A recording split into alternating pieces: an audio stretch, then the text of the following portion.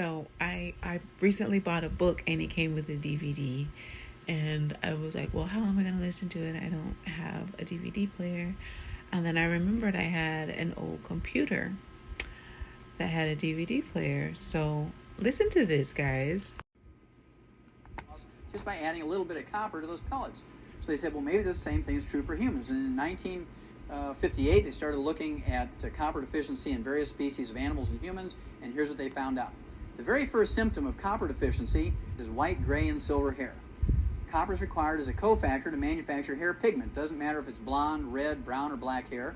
And I see a lot of copper deficiency in this room. I can almost tell you which people, men and women who have colored their hair, get pretty good at that, as being a physician. And you don't want to be like a medical doctor and just treat the symptoms. If you're just coloring your hair, you're treating the symptoms. You need to do the basic thing of take some colloidal copper.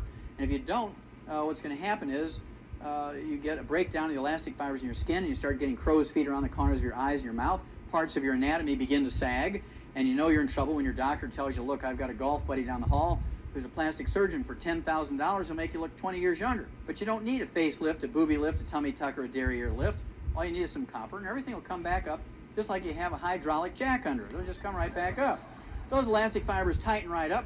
People say, Francine, did you get a facelift? You look great. You look like you're 20 years younger. Now, if you don't take some action at that point, the next thing that happens is you get a breakdown of the elastic fibers in the large veins of your legs, and you get varicose veins. You don't take action at that point, you get a breakdown of the elastic fibers in the large veins of your exhaust pipe, and you get hemorrhoids. So if you have hemorrhoids, varicose veins, things that sag, wrinkles, white, gray, or silver hair, the odds are you have aneurysms developing in you somewhere.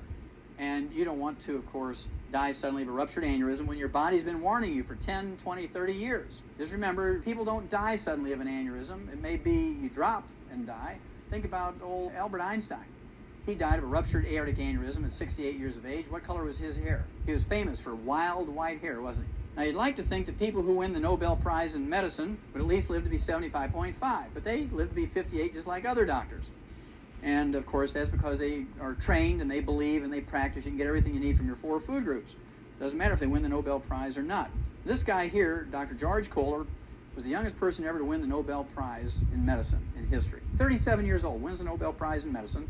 And he won the Nobel Prize in medicine for studying monoclonal antibodies, which are antibodies trained to attack cancer cells. And if they ever get this really working, it'll be great because they won't have to use chemotherapy anymore, which kills more people than it saves. 11 years after winning the Nobel Prize in medicine, Dr. George Kohler, now 48, drops dead of a cardiomyopathy heart attack because he believed you can get everything you need from your 4 food groups. Didn't take any selenium, died of a cardiomyopathy heart attack.